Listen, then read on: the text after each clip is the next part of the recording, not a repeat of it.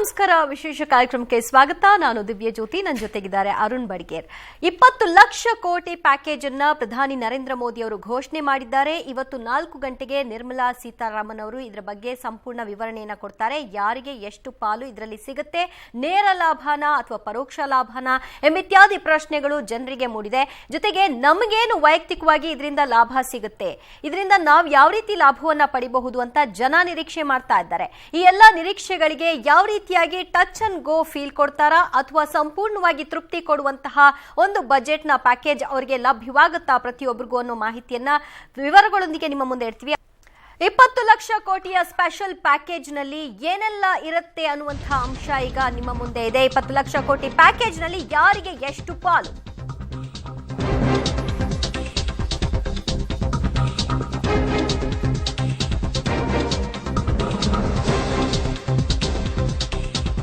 $20 ಲಕ್ಷ ಕೋಟಿ ಈ ಒಂದು ಪ್ಯಾಕೇಜ್ ನಲ್ಲಿ ಯಾರಿಗೆ ಎಷ್ಟು ಪಾಲಿದೆ? ಸಂಜೆ 4 ಗಂಟೆಗೆ ವಿತ್ತ ಸಚಿವೆ ನಿರ್ಮಲಾ ಸೀತಾರಾಮನ್ ಅವರ ಸುದ್ದಿಗೋಷ್ಠಿ ಇದೆ. ಇದರಲ್ಲಿ ಸಂಪೂರ್ಣ ವಿವರಣೆ ಸಿಗುತ್ತೆ. ಸೊ ಯಾರಿಗೆ ಏನ್ ಸಿಗುತ್ತೆ, ಏನಿಲ್ಲ ಅನ್ನೋದ ಸಂಪೂರ್ಣ ಚಿತ್ರಣ ನಮಗೆ ಲಭ್ಯವಾಗುತ್ತೆ. ಯಾವ್ಯಾವ ವಲಯಗಳಿಗೆ ಯಾವ ರೀತಿಯ ಹಂಚಿಕೆಯನ್ನ ಮಾಡ್ತಾರೆ, ಇವತ್ತೊಂದೇ ದಿನ 20 ಲಕ್ಷ ಕೋಟಿ ರೂಪಾಯಿ ಹಂಚಿಕೆಯನ್ನ ಮಾಡ್ತಾರಾ, ಯಾವ ಸ್ವರೂಪದಲ್ಲಿ ಇರುತ್ತೆ ಈ ಒಂದು ಪ್ಯಾಕೇಜ್ ನ ವಿತರಣೆ.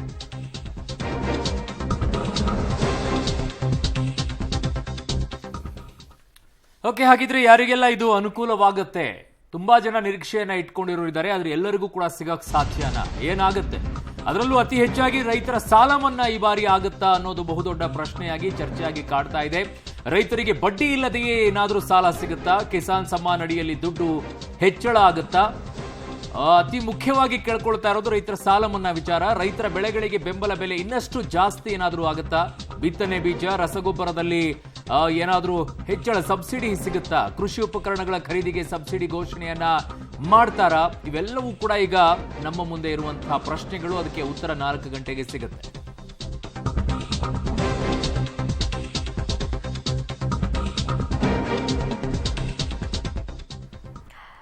ವಿಶೇಷ ಪ್ಯಾಕೇಜ್ ನಲ್ಲಿ ಕಾರ್ಮಿಕರಿಗೆ ಯಾವ ರೀತಿಯಾದಂತಹ ಒಂದು ಸವಲತ್ತುಗಳು ಸಿಗಬಹುದು? 20 ಲಕ್ಷ ಕೋಟಿ ರೂಪಾಯಿ ಪ್ಯಾಕೇಜ್ ನತ್ತ ಎಲ್ಲರ ನಿರೀಕ್ಷೆ ದುಪ್ಪಟ್ಟಾಗಿದೆ. ಪ್ಯಾಕೇಜ್ ನಲ್ಲಿ ಕಾರ್ಮಿಕರಿಗೂ ಕೂಡ ನೆರವು ಸಿಗಲಿದೆ ಅಂತ ಪ್ರಧಾನಿ ನರೇಂದ್ರ ಮೋದಿ ಅವರು ಹೇಳಿದ್ದಾರೆ.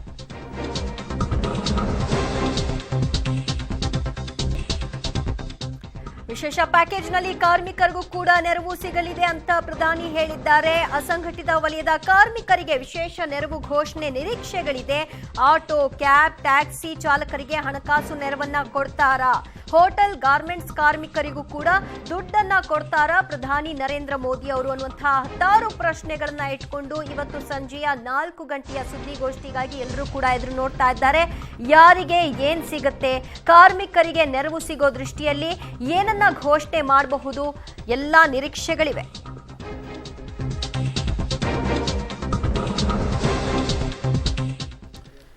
ಕೆಲವು ರೀತಿಯಾದಂತಹ ಚಿಂತನೆಯನ್ನ ಮಾಡಿದ್ರೆ ಇನ್ನೊಂದು ರೀತಿಯಾಗಿ ಚಿಂತನೆ ಬರ್ತಾ ಇದೆ. ಅದು ತೆರಿಗೆಯ ವಿಚಾರ. ಸೊ ತೆರಿಗೆಯ ಸ್ವರೂಪದಲ್ಲಿ ಏನಾದ್ರೂ ಬದಲಾವಣೆಯನ್ನ ಮಾಡ್ತಾರಾ? ಆದಾಯ ತೆರಿಗೆ, GST ತೆರಿಗೆ ಸ್ವರೂಪದಲ್ಲಿ ಏನಾದ್ರೂ ಬದಲಾವಣೆ ಆಗುತ್ತಾ? ಸೊ ಆದಾಯ ತೆರಿಗೆಯಲ್ಲಿ ಇಳಿಕೆ ಆಗುತ್ತಾ? ತೆರಿಗೆ ಸುಧಾರಣೆ ಅಗತ್ಯದ ಬಗ್ಗೆ ಭಾಷಣದಲ್ಲಿ ಪ್ರಧಾನಿಯವರು ಪ್ರಸ್ತಾಪವನ್ನ ಮಾಡಿದ್ರು. ಹಾಗಾಗಿ GST ತೆರಿಗೆ ಸ್ವರೂಪದಲ್ಲಿ ಏನಾದ್ರೂ ಬದಲಾವಣೆ ಆಗುತ್ತಾ? ಆದಾಯ ತೆರಿಗೆಯಲ್ಲಿ ಮಧ್ಯಮ ವರ್ಗಕ್ಕೆ ಏನಾದ್ರೂ ರಿಲೀಫ್ ಅನ್ನ ಕೊಡ್ತಾರಾ? ಉತ್ಪನ್ನ ಮತ್ತು ಸೇವೆಗಳ ಮೇಲಿನ GST ತೆರಿಗೆ ಇನ್ನಷ್ಟು ಇಳಿಕೆ ಏನಾದರೂ ಸಾಧ್ಯನಾ? ತೆರಿಗೆ ಸುಧಾರಣೆ ಬಗ್ಗೆ ಭಾಷಣದಲ್ಲಿ ಪ್ರಧಾನಿಗಳು ಪ್ರಸ್ತಾಪವನ್ನ ಮಾಡಿದ್ರು. ಹಾಗಾಗಿ ತೆರಿಗೆ ಸ್ವರೂಪದಲ್ಲಿ ಏನಾದರೂ ಬದಲಾವಣೆಯನ್ನ ಮಾಡೋಕೆ ಸಾಧ್ಯನಾ ಅಂತ. GST ವಿಚಾರದಲ್ಲಿ ಬರೋದಾದ್ರೆ GSTಗೆ ಕೌನ್ಸಿಲ್ ಇದೆ. ಸೊ GST ಕೌನ್ಸಿಲ್ ಅಲ್ಲಿ ಅದರ ಬಗ್ಗೆ ನಿರ್ಣಯವನ್ನ ಕೈಗೊಳ್ಳಬೇಕಾಗತ್ತೆ. ಏಕಾಏಕಿಯಾಗಿ ಸದ್ಯಕ್ಕೆ ತೆಗೆದುಕೊಳ್ಳೋದು ಕಷ್ಟ ಅಂತ ಅಂದ್ಕೊಳ್ತೀವಿ. GST ತೆರಿಗೆ ಸ್ವರೂಪದಲ್ಲಿ ಏನಾದರೂ ಬದಲಾವಣೆ ಮಾಡೋಕೆ ಸಾಧ್ಯನಾ? ಆದಾಯ ತೆರಿಗೆ ವಿಚಾರದಲ್ಲಿ ಏನಾದರೂ ಸರ್ಕಾರ ಕೈ ಹಾಕಬಹುದು ಅಂತ ಹೇಳ್ತಾ ಇದ್ದಾರೆ. ನೋಡೋಣ ಅದೆಲ್ಲವೂ ಕೂಡ ಏನೇನಾಗುತ್ತೆ ಅಂತ.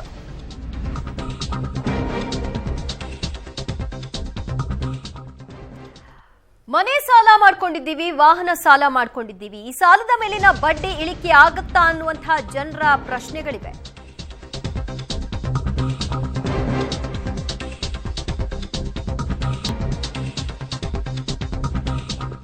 ಮನೆ ಸಾಲ, ವಾಹನ ಸಾಲದ ಮೇಲಿನ ಬಡ್ಡಿ ಇಳಿಕೆ ಆಗುವಂತಹ ಸಾಧ್ಯತೆಗಳಿದೆಯಾ? ವೈಯಕ್ತಿಕ, ಕೃಷಿ, ಆಭರಣ ಸಾಲದ ಮೇಲಿನ ಬಡ್ಡಿಯನ್ನ ಇಳಿಸ್ತಾರಾ? ಸಾಲ ಮೇಲಿನ ಬಡ್ಡಿ ಇಳಿಸಿ ಹಣದ ಹರಿವಿಗೆ ಏನಾದರೂ ಕ್ರಮಗಳನ್ನ ತೆಗೆದುಕೊಳ್ತಾರಾ? ಸಾಲದ ಮೇಲಿನ ಬಡ್ಡಿ ಇಳಿಕೆ ಆಗುತ್ತಾ ಅನ್ನುವಂತಹ ಪ್ರಶ್ನೆ ಇದೆ. ಇದಕ್ಕೆ ಉತ್ತರ ಸಿಗಬೇಕು ಅಂದ್ರೆ ಸಂಜೆ 4ರವರೆಗೂ ಕಾಯಲೇಬೇಕು. ಮನೆ ಸಾಲ, ವಾಹನ ಸಾಲ, ಆಭರಣ ಸಾಲ, ವೈಯಕ್ತಿಕ ಸಾಲ, ಕೃಷಿ ಸಾಲ, ಹೀಗೆ 10 ಸಾಲಗಳ ಸುಳಿಯಲ್ಲಿ ಸಿಲುಕೊಂಡಿದ್ದೀವಿ. ನಮಗೇನು ಅನ್ನುವಂತಹ ಒಂದು ನಿರೀಕ್ಷೆಯನ್ನ ಹೊತ್ತಿರೋರಿಗೆ ಸಾಲದ ಮೇಲಿನ ಬಡ್ಡಿಯನ್ನ ಇಳಿಕೆ ಮಾಡುವಂತಹ ಸಾಧ್ಯತೆಗಳಿದೆಯಾ? ಓಕೆ, ನಮ್ಮ ಜೊತೆಗೆ ಅತಿಥಿಗಳಿದ್ದಾರೆ. ಅತಿಥಿಗಳನ್ನ ಬರಮಾಡ್ಕೊಂಡ್ಬಿಡೋಣ. ಮೊದಲೇದಾಗಿ ರೈತ ಮುಖಂಡರಾಗಿರುವಂತಹ ಕೋಡಿಹಳ್ಳಿ ಚಂದ್ರಶೇಖರ್ ಅವರಿದ್ದಾರೆ. ನಮಸ್ಕಾರ ಸರ್, ಕಾರ್ಯಕ್ರಮಕ್ಕೆ ಸ್ವಾಗತ. ಇನ್ನು ಆರ್ಥಿಕ ತಜ್ಞರಾಗಿರುವಂತಹ ರುದ್ರಮೂರ್ತಿ ಅವರಿದ್ದಾರೆ. ನಮಸ್ಕಾರ ಸರ್, ಕಾರ್ಯಕ್ರಮಕ್ಕೆ ಸ್ವಾಗತ. ಇನ್ನು FKCCIನ ಅಧ್ಯಕ್ಷರಾಗಿರುವಂತಹ ಜನಾರ್ದನ್ ಅವರಿದ್ದಾರೆ. ನಮಸ್ಕಾರ ಸರ್, ಕಾರ್ಯಕ್ರಮಕ್ಕೆ ಸ್ವಾಗತ. ಸೊ ಚರ್ಚೆನ ಆರಂಭ ಮಾಡೋ ಮೊದಲು ರೈತರ ವಿಚಾರಕ್ಕೆ ಹೋಗ್ಬಿಡೋಣ ನೇರವಾಗಿ. ಕೋಡಿಹಳ್ಳಿ ಸರ್ ಜೊತೆ ಏನ್ ನಿರೀಕ್ಷೆಯನ್ನು ಇಟ್ಕೊಳ್ತಾ ಇದ್ದೀರಾ ಸರ್ ಇದರಲ್ಲಿ? ನಿರೀಕ್ಷಣೆ ಭಾಳ ಇದ್ದಾವೆ. ಇಟ್ಕೊಳ್ಳೋದು ಹೆಂಗೆ ಅಂತೇಳಿ ಭಯ ಇದ್ದಾವೆ. ಯಾವುದನ್ನ ಇಟ್ಕೋಬೇಕು, ಯಾವುದು ಇಟ್ಕೋಬಾರ್ದು ಅಂತ ಹೇಳಿ. ಅಲ್ಲ, ಸಬ್ಸಿಡಿಯನ್ನ ನಿರೀಕ್ಷೆ ಮಾಡ್ತಾ ಇದ್ದೀರೋ ಇಲ್ಲ ಸಾಲ ಮನ್ನಾ ನಿರೀಕ್ಷೆಯನ್ನ ಮಾಡ್ತಾ ಇದ್ದೀರೋ, ಅಥವಾ ಮುಂದೆ ಕೊಡುವಂತ ಸಾಲಕ್ಕೆ ಬಡ್ಡಿ ಇಲ್ಲದೆ ಸಾಲ ಕೊಡುವಂತ ನಿರೀಕ್ಷೆ ಮಾಡ್ತಾ ಇದ್ದೀವಿ? ನೀವು ಹೇಳಿದ್ದೆಲ್ಲದೂ ನಿರೀಕ್ಷಣೆಯಲ್ಲಿದೆ. ಒಂದು, ಸಾಲ ಮನ್ನಾ ಆಗಬೇಕಾಗಿದೆ. ಎರಡನೇದು, ಬಡ್ಡಿ ಇಲ್ಲದ ಸಾಲ ಕೊಡಬೇಕಾಗಿದೆ. ಮೂರನೇದು, MSPಯನ್ನು ಏನು ಕರೆಕ್ಟಾಗಿ ಸ್ಟೇಬಲ್ ಆಗಿ ನಿಲ್ಲಿಸಲಿಕ್ಕೆ ಅದಕ್ಕೆ ಏನು ಆವರ್ತ ನಿಧಿ ಅಂತೀವಿ, ರಿವಾಲ್ವಿಂಗ್ ಫಂಡ್, ಅದನ್ನು ಸ್ಥಾಪನೆ ಮಾಡ್ತಾರ. ಇದು ಎಲ್ಲವೂ ಕೂಡ ನೋಡ್ತಾ ಇದ್ದೀವಿ. ಇದ್ರ ಜೊತೆಗೆ ಸಾಮಾನ್ಯ ಜನ ಇದ್ದಾರಲ್ಲ, ಪೂರ್ ಕ್ಲಾಸು, ಮಿಡ್ಲ್ ಕ್ಲಾಸು, ಇಲ್ಲಿ ದುಡ್ಡು ಸರ್ಕ್ಯುಲೇಟ್ ಆಗಬೇಕು. ಇಲ್ಲಿ ಸರ್ಕ್ಯುಲೇಟ್ ಆದರೆ ಎಲ್ಲ ಕ್ಷೇತ್ರಕ್ಕೂ ಹಣ ತಲುಪುತ್ತೆ. ಇದು ಇಲ್ಲಿ ಸರ್ಕ್ಯುಲೇಟ್ ಆಗೋದಕ್ಕೆ ಯೋಜನೆಗಳು ತಯಾರಿದೆಯೋ ಅಥವಾ ದೊಡ್ಡ ದೊಡ್ಡ ಕಂಪನಿ, ಕಾರ್ಪೊರೇಟ್ ಸೆಕ್ಟರ್ಗಳಿಗೆ ಹೆಚ್ಚು ಆದ್ಯತೆಯನ್ನು ಕೊಟ್ಟು ಇಲ್ಲಿ ಸೀಮಿತ ಮಾಡಿಬಿಡ್ತಾರೋ ಅನ್ನೋ ಅನುಮಾನಗಳು ಇದ್ದಾವೆ. ಯಾವ ರೀತಿ ಸರ್ಕಾರ ತೀರ್ಮಾನವನ್ನು ಕೈಗೊಂಡಿದ್ದಾರೆ ಅನ್ನೋದನ್ನ ನಾವು ಕಾದ್ ನೋಡ್ಬೇಕಾಗಿದೆ. ಸಾಲ ಮನ್ನಾದ ನಿರೀಕ್ಷೆ ಇಲ್ಲ, ಯಾಕಂದ್ರೆ ಈ ಬಜೆಟ್ ನಲ್ಲಿ ಸಾಲ ಮನ್ನಾದ ನಿರೀಕ್ಷೆಯನ್ನ ನಾವು ತಗೊಂಡ್ರೆ ಅದೇ ಲಾರ್ಜ್ ಅಮೌಂಟ್ ಆಗಿ ಹೋಗುತ್ತೆ. ಸೊ ಆಗೋದಾಗ ಸಾಲ ಮನ್ನಾದ ಆದ್ಯತೆಗಳು ಇಲ್ಲಿದ್ದಂಗೆ ಕಾಣಿಸ್ತಾ ಇಲ್ಲ. ಹೌದು, ನೀವು ಹೇಳ್ದಂಗೆ ಸಾಲ ಮನ್ನಾ ಅಂದ್ರೆ ಅದು ಸರ್ಕ್ಯುಲೇಟ್ ಆಗೋದಿಲ್ಲ. ಜನರ ಕೈಗೆ ದುಡ್ಡು ಹೋಗ್ಬೇಕಾಗಿದೆ. ಜನರ ಕೈಗೆ ದುಡ್ಡು ಹೋಗ್ಬೇಕಂದ್ರೆ ಅದು ಸರಳವಾದ ಕಾರ್ಯಕ್ರಮಗಳು, ಜನ ನಿತ್ಯ ತಗೋಬೇಕು, ಖರ್ಚು ಮಾಡಬೇಕು, ಆ ಥರದ ಕಾರ್ಯಕ್ರಮಗಳು ಇಲ್ಲಿ ಚಾಲೂ ಆಗಬೇಕಾಗೈತೆ. ಆ ಕಾರಣಕ್ಕೆ ಸರ್ಕಾರದ ಚಿಂತನೆ ಏನಿದೆಯೋ ಗೊತ್ತಾಗಲ್ಲ. ಅದನ್ನು ಯಾವ ರೀತಿ ಅನಾಲಿಸಿಸ್ ಮಾಡಿ ಈಗ ಕಾರ್ಯಕ್ರಮ ಅಂತ ಹೇಳಿ ಜಾರಿಗೆ ತರ್ತಾರೆ ಅಂತ ನಿರೀಕ್ಷಣೆ ಮಾಡಬೇಕಾಯ್ತು. ಓಕೆ, ರುದ್ರಮೂರ್ತಿ ಸರ್, ಈಗ ಎಸ್ಪೆಷಲಿ ನಾವು ತುಂಬಾ ನಿರೀಕ್ಷೆ ಮಾಡ್ತಾ ಇರುವಂಥದ್ದು ಈ ಹಿಂದೆ 2 ಪ್ಯಾಕೇಜ್ಗಳನ್ನು ಕೊಟ್ಟಾಗ, ರಾಜ್ಯವು ಕೊಟ್ಟಿದೆ, ಕೇಂದ್ರವು ಕೂಡ ಪ್ಯಾಕೇಜ್ ಅನ್ನು ಕೊಟ್ಟಿರೋದು ತುಂಬಾ ಬಡವರಿಗೆ, ಕಡು ಬಡವರಿಗೆ ಅದು ಸೀಮಿತವಾಗಿದೆ. ಬಟ್ ತುಂಬಾ ಮಧ್ಯಮ ವರ್ಗದವರು ಆ ಕಡೆನೂ ಇಲ್ಲ, ಈ ಕಡೆನೂ ಇಲ್ಲ ಅನ್ನೋ ರೀತಿಯಲ್ಲಿ ಅಭ್ಯಪಾರಿಗಳ ರೀತಿಯಲ್ಲಿದ್ದಾರೆ. ಸೊ ಅವ್ರಿಗೆ ಯಾವ ರೀತಿಯಾದಂಥ ನಿರೀಕ್ಷೆನ ಇಟ್ಕೊಳ್ಬೇಕು ಈ ಬಾರಿ? ಏನಾದರೂ ಸಾಧ್ಯತೆ ಇದೆಯಾ ಮಧ್ಯಮ ಮಿಡಲ್ ಕ್ಲಾಸ್ನವರಿಗೆ? ಖಂಡಿತ. ಯಾಕಂದ್ರೆ ನಿನ್ನೆ ನರೇಂದ್ರ ಮೋದಿ ಅವರ ಭಾಷಣದಲ್ಲಿ ಕ್ಲಿಯರ್ ಆಗಿ ಹೇಳಿದ್ರು, ಮಿಡಲ್ ಕ್ಲಾಸ್ ಟ್ಯಾಕ್ಸ್ ಪೇಯರ್ಸ್ಗಳಿಗೆ ಖಂಡಿತ ನಾವು ಆದ್ಯತೆಯನ್ನ ಕೊಡ್ತಾ ಇದ್ದೀವಿ ಅನ್ನುವ ಸ್ಟೇಟ್ಮೆಂಟ್ ಅನ್ನ ನಿನ್ನೆ ಭಾಷಣದಲ್ಲಿ ಹೇಳಿದ್ದಾರೆ. ಯಾವ ತರ ಕೊಡ್ತಾ ಇದ್ದಾರೆ, ಎಲ್ಲಿ ಕೊಡ್ತಿದ್ದಾರೆ, ಎಷ್ಟು ಕೊಡ್ತಿದ್ದಾರೆ ಅನ್ನೋದು ಇವತ್ತು ನಿರ್ಮಲಾ ಸೀತಾರಾಮನ್ ಅವ್ರು ಏನ್ ಹೇಳ್ತಾರೆ, ಏನ್ ಮಾತಾಡ್ತಾರೆ ಅದ್ರ ಮೇಲೆ ಡಿಪೆಂಡ್ ಆಗುತ್ತೆ. ಮುಖ್ಯವಾಗಿ ಸ್ಟಾರ್ಟಿಂಗ್ ಅಲ್ಲೇ ನಾನು ಏನ್ ಹೇಳಕ್ಕೆ ಬಯಸ್ತೀನಿ ಅಂದ್ರೆ, ಕೊಟ್ಟಿರುವಂತಹ ಪ್ಯಾಕೇಜ್ ಏನಿದೆ ಅದು ಸಾಧಾರಣ ಪ್ಯಾಕೇಜ್ ಅಲ್ಲವೇ ಅಲ್ಲ. 20 ಲಕ್ಷ ಕೋಟಿ ಅಂದ್ರೆ ಎಷ್ಟು ಅಂತ ಯಾರೋ ಪ್ರಶ್ನೆ ಕೇಳ್ತಾರೆ. ಆಮೇಲೆ ನಮ್ಮ ಸಾಮಾನ್ಯ ಜನಕ್ಕೆ ಇದು ಅರ್ಥನೇ ಆಗದೆ ಇರ್ಬೋದು, ಎಷ್ಟಪ್ಪ 20 ಲಕ್ಷ ಕೋಟಿ ಅಂತ. ಅದು ಒಂದ್ ಕಡೆ. ಆದ್ರೆ ನಾನು ಇನ್ನೊಂದು ಹೇಳ್ತೀನಿ, ಪಾಕಿಸ್ತಾನ್ ದೇಶದ ಸ್ಟಾಕ್ ಮಾರ್ಕೆಟ್ ಅನ್ನ ಒಟ್ಟಾರೆ ತಾವು ತಗೊಳೋದಾದ್ರೆ 10 ಲಕ್ಷ ಕೋಟಿ ಬರುತ್ತೆ. 2 ಟೈಮ್ಸ್ ಪಾಕಿಸ್ತಾನ್ ಸ್ಟಾಕ್ ಮಾರ್ಕೆಟ್ಗೆ ಸೈಜಿನ ಗಾತ್ರದಷ್ಟು 20 ಲಕ್ಷ ಕೋಟಿ ಅಂತ ಹೇಳ್ತಿದ್ದೀನಿ. 2 ಆದ್ಮೇಲೆ 13 0 ಹಾಕ್ಬೇಕು. ಕ್ಯಾಲ್ಕುಲೇಟರ್ ಅಲ್ಲಿ ಬರೀ 8 ಡಿಜಿಟ್ ಬರುತ್ತೆ, ಇಲ್ಲ 12 ಡಿಜಿಟ್ ಬರುತ್ತೆ. 2 ಆದ್ಮೇಲೆ 13 0 ಅಂದ್ರೆ 14 ಡಿಜಿಟ್ ಬಜೆಟಿನ ಈ ಗಾತ್ರ ಏನಿದೆ, ಕೊಡ್ತಿರುವಂತಹ ಎಕನಾಮಿಕ್ ಪ್ಯಾಕೇಜಿನ ಗಾತ್ರ ಏನಿದೆ ಅಷ್ಟೊಂದಿದೆ. ಇನ್ನೊಂದು ಕಂಪ್ಯಾರಿಸನ್ ಅನ್ನು ಮಾಡ್ತೀನಿ. ತಾವು ಅಮೆರಿಕ ದೇಶವನ್ನ ತಗೊಳೋದಾದ್ರೆ $2 ಟ್ರಿಲಿಯನ್ ಪ್ಯಾಕೇಜ್ ಕೊಟ್ಟಿದ್ದಾರೆ. ಅದನ್ನ ಅಮೆರಿಕ ದೇಶದ GDPಗೆ ತಾವು ಹೋಲಿಸಿದ್ರೆ ಹತ್ತತ್ರ 9.8% ಆಗುತ್ತೆ. 9.8% ಆಫ್ ಅಮೆರಿಕ GDPಯನ್ನ ಅವ್ರು ಕೊಟ್ರೆ, ನಾವು 10% ಆಫ್ GDP ಹತ್ತತ್ರ ಕೊಟ್ಟಿದೀವಿ ಅಂದ್ರೆ, ಇಡೀ ವಿಶ್ವದಲ್ಲಿ ಗಾತ್ರದಲ್ಲಿ ಮತ್ತೆ ದೊಡ್ಡ ಎಕಾನಮೀಸ್ಗಳಲ್ಲಿ ನಾವು ನೋಡೋದಾದ್ರೆ ಜಪಾನ್ ಹಾಗೂ ಅಮೆರಿಕವನ್ನ ಹೊರತುಪಡಿಸಿದರೆ 3ನೇ ಸ್ಥಾನದಲ್ಲಿ ಭಾರತ ಇದೆ. ಕೆಲವೊಂದು ಚಿಕ್ಕ ಪುಟ್ಟ ದೇಶಗಳು ಮಲೇಷ್ಯಾ, ಸೌತ್ ಕೊರಿಯಾ ಇಂಥವರು ಕೂಡ 18% 20% ಆಫ್ GDP ಪ್ಯಾಕೇಜ್ ಆಗಿ ಕೊಟ್ಟಿದ್ದಾರೆ. ಆದ್ರೆ ಮಲೇಷ್ಯಾ ದೇಶದ GDPನ ಹತ್ತತ್ರ 28 ಲಕ್ಷ ಕೋಟಿ ಇದೆ. ಅದರಲ್ಲಿ ನೀವು 18% ಅಂದ್ರೆ ಒಂದು 4-5 ಲಕ್ಷ ಕೋಟಿ ಬರುತ್ತಷ್ಟೇ. ಇಡೀ ದೇಶದ ನಿರೀಕ್ಷೆ ಇದ್ದಿದ್ದು ಇವತ್ತು ಹಬ್ಬಬ್ಬ ಅಂದ್ರೆ ಒಂದು 3-5 ಲಕ್ಷ ಕೋಟಿ ಕೊಡಬಹುದು ನೆನ್ನೆ ಅಂತ ನಿರೀಕ್ಷೆ ಇಟ್ಕೊಂಡಿದ್ವಿ. ಯಾರೂ ಕೂಡ ಯಾವ ಅರ್ಥಶಾಸ್ತ್ರಜ್ಞರಾಗ್ಲಿ ಯಾರೂ ಕೂಡ 5 ಲಕ್ಷ ಕೋಟಿಗೂ ಮೇಲೆ ಕೊಡ್ತಾರೆ ಅನ್ನುವ ಎಕ್ಸ್ಪೆಕ್ಟೇಷನ್ ಇರಲಿಲ್ಲ. ಈ 20 lakh crores ಏನ್ ಕೊಡ್ತಿದ್ದಾರೆ, ಆಲ್ರೆಡಿ RBI ಕೊಟ್ಟಿರುವಂತಹ ಲಿಕ್ವಿಡಿಟಿ ಮೆಜರ್ಸ್ಗಳಾಗಿರ್ಬೋದು, ಆಲ್ರೆಡಿ ಫಿನಾನ್ಷಿಯಲ್ ಪ್ಯಾಕೇಜ್ ಆಗೇನೆ ಲಾಕ್ಡೌನ್ 1 ಆದಾಗ ಏನು 1,70,000 ಕೋಟಿ ಪ್ಯಾಕೇಜ್ ಅನ್ನ ನಿರ್ಮಲಾ ಸೀತಾರಾಮನ್ ಅವರು ಲಾಕ್ಡೌನ್ 1 ಸಮಯದಲ್ಲಿ ಕೊಟ್ಟರು.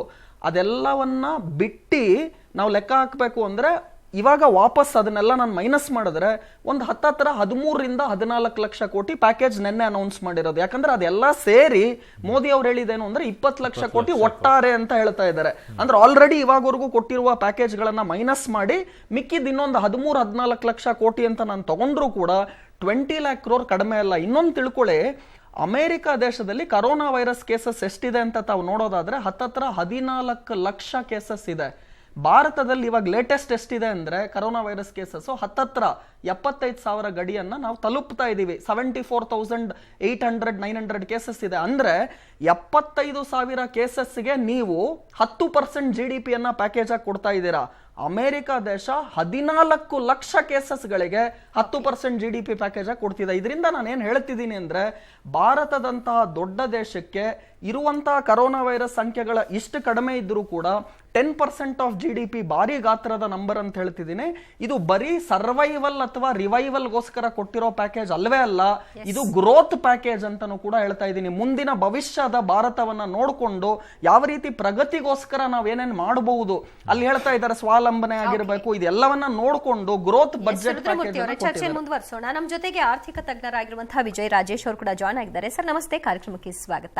ಸೊ ಈಗ ಅವರು ಹೇಳ್ತಾ ಇದ್ರು ಜಪಾನ್ ಮತ್ತು ಅಮೆರಿಕಾದಲ್ಲಿ ಈಗಾಗಲೇ ಮಾಡಿದ್ದಾರೆ ಅಂತ, ಆ ಮಾಡೆಲ್ ಅನ್ನೇ ಇಲ್ಲಿಗೆ ತರ್ತಾ ಇದ್ದಾರಾ? ಹಾಗಿದ್ರೆ ನೇರವಾಗಿ ಜನರ ಅಕೌಂಟ್ಗಳಿಗೆ ಹಣ ಹೋಗುತ್ತಾ ಹೇಗೆ ಅಲ್ಲಿ ತರ? ಇಲ್ಲ, ಮೊದಲನೇದಾಗಿ ಮಾನ್ಯ ಪ್ರಧಾನಮಂತ್ರಿಗಳು 2ನೇ ಬಾರಿ ಅವರು ಪ್ರಧಾನಮಂತ್ರಿ ಆಗಿರೋದು. ಹಾಗಾಗಿ ನಮ್ಮ ದೇಶದ ಆರ್ಥಿಕತೆಯ ವೈವಿಧ್ಯತೆ ಅವ್ರಿಗೆ ಅರಿವಿದೆ. ನಾವು ನೇರವಾಗಿ ಯುರೋಪ್ ಇರ್ಬೋದು, ಅಮೇರಿಕ ಇರ್ಬೋದು, ಅಲ್ಲೇ ಆರ್ಥಿಕತೆ ಇರ್ಬೋದು, ಅಲ್ಲಿ ಯೂಸ್ ಮಾಡುವಂಥ ಫಾರ್ಮುಲಾಗಳನ್ನು ನಮ್ಮ ದೇಶದಲ್ಲಿ ವರ್ಕೌಟ್ ಆಗಲ್ಲ. ಯಾಕೆಂತಂದ್ರೆ ಇಲ್ಲಿ ಅಸಂಘಟಿತ ವಲಯ, ಅನಾರ್ಗನೈಸ್ ಸೆಕ್ಟರೇ ಜಾಸ್ತಿ ಇದೆ. ಅಂದರೆ ಲೆಕ್ಕಕ್ಕೆ ಬರದೇ ಇರೋಂಥವ್ರದ್ದು. ಅದು ಹೆಂಗೆ ಅಂದರೆ ನಾನು ಉದಾಹರಣೆ ಕೊಟ್ಟು ಹೇಳ್ತೀನಿ. ಉದಾಹರಣೆಗೆ ಜರ್ಮನಲ್ಲಿ ಏನಾಗ್ತಾ ಇದೆಪ್ಪ ಅಂತಂದರೆ ಅಲ್ಲಿ ಪ್ರತಿಯೊಂದು ಅಕೌಂಟೆಡ್, ಪ್ರತಿಯೊಬ್ಬರಿಗೂ ಏನು ಆದಾಯ ಬರುತ್ತೆ, ಅವ್ರು ಏನು ಕೆಲಸ ಮಾಡ್ತಾರೆ ಅನ್ನೋದನ್ನ ಪ್ರತಿಯೊಂದು ಸರ್ಕಾರದ ಲೆಕ್ಕಾಚಾರದಲ್ಲಿದೆ. ಹಾಗಾಗಿ ಅವ್ರೇನು ಮಾಡಿದ್ರಪ್ಪ ಅಂತಂದರೆ ನಿಮಗೆ ತಿಂಗಳ 60% ಅಷ್ಟು ನಾವು ಟೇಕ್ ಕೇರ್ ಮಾಡ್ತೀವಿ, ನಿಮ್ಮ ಸಂಬಳಕ್ಕೆ ನಿಮ್ಮ ಅಕೌಂಟ್ಗೆ ಹಾಕ್ತೀವಿ ಅಂತ ಹೇಳ್ಬಿಟ್ಟಿದ್ದಾರೆ. ಅಂದರೆ ನಿಮ್ಗೆ 1 ಲಕ್ಷ ರೂಪಾಯಿ ನಿಮಗೆ ದುಡಿಮೆ ಇತ್ತು ಅಂತಂದರೆ ನಾವು 60,000 ರೂಪಾಯಿ ನಾವು ಕೊಡ್ತೀವಿ ಅಂತ ಹೇಳಿದ್ದಾರೆ. ಯಾಕೆ ಅಂತಂದರೆ it is an organise sector, ಪ್ರತಿಯೊಂದು ಲೆಕ್ಕಾಚಾರದಲ್ಲಿದೆ ಅಂತ. ಆದರೆ ನಮ್ಮ ದೇಶದಲ್ಲಿ ಆ ಥರ ಆರ್ಗನೈಸ್ ಸೆಕ್ಟರ್ ಇಲ್ಲ. ಯಾಕೆ ಅಂತಂದ್ರೆ ನಾವು ಬರೀ ಒಂದು 6.5 ಕೋಟಿ ಜನ ಇವತ್ತು ಇನ್ಕಮ್ ಟ್ಯಾಕ್ಸ್ ರಿಟರ್ನ್ ಫೈಲ್ ಮಾಡ್ತಾ ಇದೀವಿ. ಹಂಗಂದ ತಕ್ಷಣ ಎಲ್ಲರೂ ಟ್ಯಾಕ್ಸ್ ಕೊಡ್ತಾ ಇಲ್ವ ಅಂದ್ರೆ ಪ್ರತಿಯೊಬ್ಬರು ಟ್ಯಾಕ್ಸ್ ಕೊಡ್ತಾ ಇದ್ದಾರೆ. GST ಅನ್ನೋದೇನು ಇಂಡೈರೆಕ್ಟ್ ಆಗಿ ಟ್ಯಾಕ್ಸ್ಗಳನ್ನು ಕಟ್ತಾ ಇದ್ದಾರೆ. ಆದರೆ ಸರ್ಕಾರ ಈಗ ಏನು ಜಾಮ್ ಅಂತ ನನ್ನ ಹೇಳಿದ್ರು, ಇದು ಆಧಾರು, ಮೊಬೈಲು ಮತ್ತು ಡೈರೆಕ್ಟ್ ಇದರಿಂದ ಜನ್ಧನ್ ಅಕೌಂಟಿಂದ ಈಗ ಮ್ಯಾಕ್ಸಿಮಮ್ ಆಗಿ ಅಸಂಘಟಿತ ವಲಯದವರು ಅಥವಾ ಅವಶ್ಯಕತೆ ಇರುವಂತಹ ಜನರದ್ದು ಒಂದು ನೆಟ್ವರ್ಕ್ ಆಗಿದೆ. ಹಾಗಾಗಿ ಈಗ ರೈತರಿಗಿರ್ಬೋದು, ರೈತರ ಅಕೌಂಟ್ಗೆ ಅದು 2,000 ಇರ್ಬೋದು, ಅದನ್ನು ಡೈರೆಕ್ಟ್ ಆಗಿ ಬರ್ತಾ ಇದೆ. ಈ ಜನ್ಧನ್ ಸ್ಕೀಮಿಂದ ಅದು ಬರ್ತಾ ಇದೆ. ಹಾಗಾಗಿ ಅವರು ಬೇಸಿಕಲಿ ಅವ್ರಿಗೆ ಗೊತ್ತಿದೆ ಇಲ್ಲಿ ಅಸಂಘಟಿತ ವಲಯ ಇದೆ. ಹಾಗಾಗಿ ನಾವು ಅದ್ರ ತರ ಅಡಾಪ್ಟ್ ಮಾಡಲ್ಲ. ನೀವು ಕೇಳಿದ ಪ್ರಶ್ನೆಯಿಂದ ಅದ್ರ ತರ ನಾವು ಮಾಡ್ತೀವಿ ಅಂದ್ರೆ ಖಂಡಿತವಾಗ್ಲೂ ಮಾಡಲ್ಲ. ಇನ್ನೊಂದೇನಪ್ಪ ಅಂತಂದ್ರೆ ಇದು ಒಂದು ರೀತಿಯ ಒಂದು ಮೊದಲ ಬಾರಿ ಅಥವಾ ಇನ್ಯಾವತ್ತೂ ಬರದೇ ಇರೋಂಥ ಒಂದು ಚಾನ್ಸ್ ನಮ್ಮ ಸರ್ಕಾರದ ಮುಂದಿದೆ ಒಂದು ಇದು ಮಾಡೋದಕ್ಕೆ. ಈಗ ಇದು ಕೊರೋನಾ ಅನ್ನೋ ಒಂದು ರೀಸನ್ ಇದ್ರೂ ಕೂಡ, ಯಾಕೆಂದ್ರೆ ಇಡೀ ವಿಶ್ವಕ್ಕೆ ಚೈನಾ ಏನಾಗಿತ್ತಪ್ಪ ಅಂತಂದ್ರೆ ಸಪ್ಲೈಯಿಂಗ್ ಹಬ್ ಆಗಿತ್ತು. ಅದನ್ನು ಯಾರು ಅದನ್ನು ಮಣಿಸೋದಕ್ಕೆ, ಅದು ಆರ್ಥಿಕತೆ ಎಷ್ಟು ತುಂಬ ಪ್ರಬಲವಾಗಿತ್ತು. ಆಮೇಲೆ ನಮ್ಮ ಒಂದು ಇಷ್ಟು ದಿನಗಳ ಒಂದು ಪ್ರಧಾನಮಂತ್ರಿಗಳ ಲೆಕ್ಕಾಚಾರ ಏನಿತ್ತಪ್ಪ ಅಂತಂದ್ರೆ ಮೇಕ್ ಇನ್ ಇಂಡಿಯಾ ಕಾರ್ಯಕ್ರಮದ್ದು, ಅದರಲ್ಲಿ ಆ ಮೂಲಕ ಆಗ್ಬಿಟ್ಟು ಒಂದು ಪ್ರಾಡಕ್ಟ್ಸ್ನ ಡೆವಲಪ್ ಮಾಡಬೇಕು, ಪ್ರಾಡಕ್ಟ್ಸ್ನ ನಾವು ಸಪ್ಲೈ ಮಾಡಬೇಕು ಅನ್ನೋ ಥಾಟಲ್ಲಿತ್ತು. ನಿನ್ನೆ ತಾವು ಅವರ ಭಾಷಣದಲ್ಲಿ ಗಮನಿಸಿರ್ಬೋದು, we will be a leading global chain suppliers ಅಂತ ಹೇಳ್ತಾರೆ. ಅಂದರೆ ಇನ್ನು ಮೇಲೆ ನಾವೇನ್ ಮಾಡ್ತೀವಪ್ಪ ಅಂತಂದ್ರೆ ಯಾವುದೋ ಒಂದು ಪ್ರಾಡಕ್ಟ್ ನ ರೆಡಿ ಮಾಡೋದಕ್ಕೆ ನಾವು ಇದನ್ನು ಕೊಡೋದಿಲ್ಲ. ಇದು ಬಹಳ ಒಂದು ಸಿ ಚೇಂಜ್ ಅಂತ ಹೇಳ್ತೀವಿ, ಬಹಳಷ್ಟು ಬದಲಾವಣೆ ಅಂತ ಹೇಳ್ಬೋದು. ಅಂದ್ರೆ ಇನ್ಮೇಲೆ ನಾವು ಮೊಬೈಲ್ ಮಾಡೋದಕ್ಕೆ ನಾವು ತಲೆ ಕೆಡಿಸ್ಕೊಳ್ಳೋದಿಲ್ಲ, ಮೊಬೈಲ್ ಗ್ಲಾಸ್ ಮಾತ್ರ ಮಾಡ್ತೀವಿ, ಅದಕ್ಕೊಂದು ಸ್ಕ್ರೂ ಮಾಡ್ತೀವಿ, ಬ್ಯಾಕ್ ಕವರ್ ಇರ್ಬೋದು, ಆ ಥರದ್ದು. ಯಾಕೆ ಅಂತಂದ್ರೆ ಈಗ ಮೊದಲ ಮುಂಚೂಣಿ ದೇಶ ಅಂದ್ರೆ ಜಪಾನ್, 17,000 ಕೋಟಿ ಏನೋ ಅದು ಎತ್ತಿಟ್ಬಿಡ್ತು. ನೀವು ನನಗೆ ವಿಡ್ರಾಲ್, ಯಾಕೆಂದ್ರೆ ಅಷ್ಟು ಸುಲಭ ಅಲ್ಲ. ಇದು ಚೈನಾದಿಂದ ಕೈಗಾರಿಕೆಗಳನ್ನ ವಿಡ್ರಾ ಮಾಡ್ಕೊಂಡು ಬಂದು ಇಲ್ಲಿ ಎಸ್ಟಾಬ್ಲಿಷ್ ಮಾಡ್ತೀವಿ ಅಂದ್ರೆ ಅದಂತ ಸುಲಭದ ಮಾತಲ್ಲ. ಅದು over A period of time ನಡೆಯುತ್ತೆ. ಆದ್ರೆ ಅದಕ್ಕೆ ಅಂತ ಒಂದು ಕಾರ್ಯಕ್ರಮ ಶುರು ಆಗಬೇಕು ಅಂದ್ರೆ ನಾನು 17,000 ಕೋಟಿ ನಾನು ಎತ್ತಿಟ್ಟಿದ್ದೀನಿ ಅಂತ ಅವ್ರು ಹೇಳ್ಬಿಟ್ರು ಅವರು. ಈಗ ನಮ್ಮ ದೇಶಕ್ಕೆ ಬಹಳ ಒಂದು ಆಪರ್ಚುನಿಟಿ ಇದೆ, ಜವಾಬ್ದಾರಿ ಇದೆ, ಮುಖ್ಯವಾಗಿ ಆಯಾ ರಾಜ್ಯ ಸರ್ಕಾರಗಳಿಗೂ ಇದೆ. ಏನಪ್ಪಾ ಅಂತಂದ್ರೆ ಇದನ್ನ ಹೇಗೆ ಯುಟಿಲೈಸ್ ಮಾಡ್ಕೋತೀವಿ ಅಂತ. ಈಗ ನಮ್ಮದೇ ರಾಜ್ಯಕ್ಕೂ ತಮಿಳುನಾಡಿಗೂ ಹೋಲಿಸಿದಾಗ ಏನಾಗುತ್ತಪ್ಪ ಅಂತಂದ್ರೆ ಕೈಗಾರಿಕೆಗಳು ಅಲ್ಲಿ ಹಂಚ್ಕೊಂಡಿದ್ದೇವೆ ಕರೆಕ್ಟ್ ಆಗಿ. ಈಗ ಚೆನ್ನೈನಲ್ಲಿ ಒಂದು ರೀತಿ ಇದೆ, ತ್ರಿವೇಂದ್ರಮಲ್ಲಿ ಒಂದು ರೀತಿ ಇದೆ, ನಾಮಕಲ್ಲಲ್ಲಿ ಒಂಥರ ಇದೆ. ಆದ್ರೆ ನಮ್ಮ ರಾಜ್ಯದ ಸಮಸ್ಯೆ ಏನಪ್ಪಾ ಅಂತಂದ್ರೆ ಎಲ್ಲವೂ ದಕ್ಷಿಣದ ಕಡೆ ಬೆಂಗಳೂರಿನ ಸುತ್ತಮುತ್ತಲೂ ಸೇರ್ಕೊಂಡಿದೆ. ಈಗ ಎಲ್ಲ ರಾಜ್ಯಗಳು ಎಚ್ಚೆತ್ತುಕೊಳ್ಬೇಕು. ಈ ಏನು ಬಂಡವಾಳ ಹರಿದು ಬರುತ್ತೆ ಅಥವಾ ಹೊಸ ಕಂಪನಿಗಳು ಆಸಕ್ತಿ ವಹಿಸಿದ್ದಾವೆ ಅದ್ರ ಮೂಲಕ ಬರಬೇಕು. ಆಮೇಲೆ ಬಹಳ ದೊಡ್ಡ ಬದಲಾವಣೆ ನಾನು ನಿರೀಕ್ಷೆ ಮಾಡ್ತಾ ಇರೋದು ಪ್ಯಾಕೇಜಲ್ಲಿ ಏನಪ್ಪಾ ಅಂತಂದ್ರೆ ಈ ವಲಸೆ ಕಾರ್ಮಿಕರು ಮತ್ತೆ ಯಾರು ಹಳ್ಳಿಗೆ ಹೋಗ್ತಾ ಇದ್ದಾರೆ, ಅವ್ರವ್ರ ಊರಲ್ಲಿ ಮಾಡ್ತಾ ಇದ್ದಾರೆ ಅನ್ನೋದೊಂದು. ಆಮೇಲಿಂದ ನೀವು ಏನೇ ಹೇಳಿ ನಮ್ಮ ದೇಶನ ಕೃಷಿ ಬಿಟ್ಟು ನಾವೇನು ಬೇರೆ ಮಾಡೋಕ್ಕಾಗೋದಿಲ್ಲ. ಕೃಷಿ ಆಧಾರಿತ, ಕೃಷಿ ಅವಲಂಬಿತನೇ ನಮ್ಮ ದೇಶ ಇರುತ್ತೆ. ಆ ಮೂಲಕ ಕೈಗಾರಿಕೆಗಳಿರ್ಬೋದು, ಆರ್ಥಿಕತೆ ಇರ್ಬೋದಕ್ಕೆ ಪುನಶ್ಚೇತನ ಕೊಡ್ಬೋದು. ಹಾಗಾಗಿ ನನ್ನ ಒಂದು ಎಕ್ಸ್ಪೆಕ್ಟೇಷನ್ ಏನಪ್ಪಾ ಅಂತಂದ್ರೆ ನಾಳೆ ಬಜೆಟ್ ಶುರುವಾದಾಗ ಇಲ್ಲಿ ಖಂಡಿತವಾಗ್ಲೂ ಆದ್ಯತೆ ಕೃಷಿಕರಿಗಿರ್ತದೆ, ವಲಸೆ ಕಾರ್ಯಕ್ರಮಕ್ಕೆ ಆದ್ಯತೆ ಇರುತ್ತೆ ಅಂತ ನನ್ನ ಒಂದು. ಓಕೆ ಸರ್, ನಿಮ್ಗೆ ಏನ್ ಎಕ್ಸ್ಪೆಕ್ಟೇಷನ್ ಇದೆ ಈ ಪ್ಯಾಕೇಜ್ ವಿಚಾರದಲ್ಲಿ? ಈಗ ಪ್ಯಾಕೇಜ್ನಲ್ಲಿ ಎಲ್ಲ ವರ್ಗದವರಿಗೂ ತೊಂದರೆ ಆಗಿದೆ.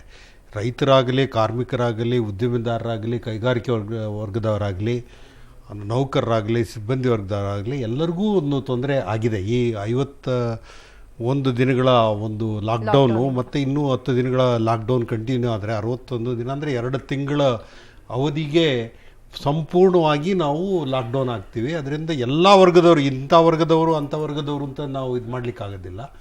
ಎಲ್ಲ ವರ್ಗದವ್ರಿಗೂ ತೊಂದರೆ ಆಗಿದೆ. ಒಬ್ಬ ಆರ್ಡಿನರಿ ಒಂದು ಸಣ್ಣ ಕೈಗಾರಿಕೆ ಇಟ್ಕೊಂಡಿರಲಿ, ಸೂಕ್ಷ್ಮ ಕೈಗಾರಿಕೆ ಇಟ್ಕೊಂಡಿರಲಿ, ಎಲ್ಲರಿಗೂ ಈ 20 ಲಕ್ಷ ಕೋಟಿ ಏನು ರುದ್ರಮೂರ್ತಿಯವರು ಹೇಳಿದ್ರು ಆ ಥರದಲ್ಲಿ ಎಲ್ಲರಿಗೂ ಅವರು ಸಮಪಾಲು ಹಂಚಲಿಕ್ಕೋಸ್ಕರನೇ ಈ ಥರ ಒಂದು ಪ್ಯಾಕೇಜ್ ಮಾಡಿದ್ದಾರೆ. ಆ ಪ್ಯಾಕೇಜ್ನಲ್ಲಿ ನಾವು ಎಕ್ಸ್ಪೆಕ್ಟ್ ಮಾಡೋದೇನಂತಂದರೆ ಇವತ್ತು 4 ಗಂಟೆಗೆ ಅದು ಹೊರಗಡೆ ಬೀಳುತ್ತೆ. 4 ಕೋಟಿ ಅಥವಾ 5 ಕೋಟಿ ರಿಸರ್ವ್ ಬ್ಯಾಂಕ್ ಅರ್ಲಿಯರ್ ಪ್ಯಾಕೇಜು ಮತ್ತು ನಿರ್ಮಲಾ ಸೀತಾರಾಮನ್ ಪ್ಯಾಕೇಜ್ ಹೋಗಿ ಕೂಡ ಇನ್ನೂ 14 ಲಕ್ಷ ಕೋಟಿ ಪ್ಯಾಕೇಜು ಅವ್ರು ಏನು ಅನೌನ್ಸ್ ಮಾಡ್ತಾರೆ ಅದರಲ್ಲಿ ಸುಮಾರು ಒಂದು ನನ್ನ ಅಂದಾಜಿನ ಪ್ರಕಾರ ಎಲ್ಲ ವರ್ಗದಿಗೂ ಸೇರಿದಾಗ ಎಲ್ಲ ವರ್ಗದವರು ಈ ಒಂದು ಸೈಕಲ್ ಅವರು ಚಕ್ರ ಅಂತ ತೋರಿಸಿದ್ರು. ಅದು ಆ ಹಣ ಹೊರಗಡೆ ಬಂದಾಗ ಎಲ್ಲ ವರ್ಗದವ್ರಿಗೂ ಅನುಕೂಲ ಆಗುತ್ತೆ. ಆ ಅನುಕೂಲ ಆದಾಗ ನಾವು ಎಕ್ಸ್ಪೆಕ್ಟೇಷನ್ ಮಾಡ್ತಿರೋದು ಟ್ಯಾಕ್ಸ್ ರಿಲೀಫ್ ಆಗಬೇಕು, ಬಡ್ಡಿ ಮನ್ನಾ ಆಗಬೇಕು, ಸಲೀಸಾಗಿ ಸಾಲ ಸಿಗಬೇಕು, ಮತ್ತು ಕೈಗಾರಿಕೆಗಳು ಒರಿಜಿನಾಲಿಟಿಗೆ ಬರಬೇಕು. ಪ್ರಪಂಚದ 4 ದೇಶಗಳಲ್ಲಿ ಈಗಾಗಲೇ ಅದನ್ನು ಮಾಡಿದ್ದಾರೆ. ಅಮೇರಿಕಾ, ಜರ್ಮನಿ, ಜಪಾನ್ ಮಾಡಿದ್ದಾರೆ. ಈ ಒಂದು GDP 10% ಗಾತ್ರದಂಥ ಒಂದು 20 ಲಕ್ಷ ಕೋಟಿಯನ್ನು ಮೊದಲನೇ ಬಾರಿ ಸ್ವಾತಂತ್ರ್ಯ ಬಂದಾಗಲಿಂದಲೂ ಈ ಥರದ ಒಂದು ಯೋಜನೆಯಲ್ಲೂ ಬಂದಿರಲಿಲ್ಲ. ಆದ್ರೆ ಇದನ್ನ ಉಜ್ವಲ ಭವಿಷ್ಯಕ್ಕಾಗಿ ಬದಲಾವಣೆ ಮಾಡ್ಕೊಳ್ತಾ ಇದ್ದಾರೆ. ಆ ಬದಲಾವಣೆಯಿಂದ ನಾವು ಹೆಚ್ಚಿನ ಇನ್ವೆಸ್ಟ್ಮೆಂಟ್ಗಳು ಬರ್ಬೋದು, ಮೇಕ್ ಇನ್ ಇಂಡಿಯಾ ಪ್ರೋಗ್ರಾಮ್ ಆಗ್ಬೋದು.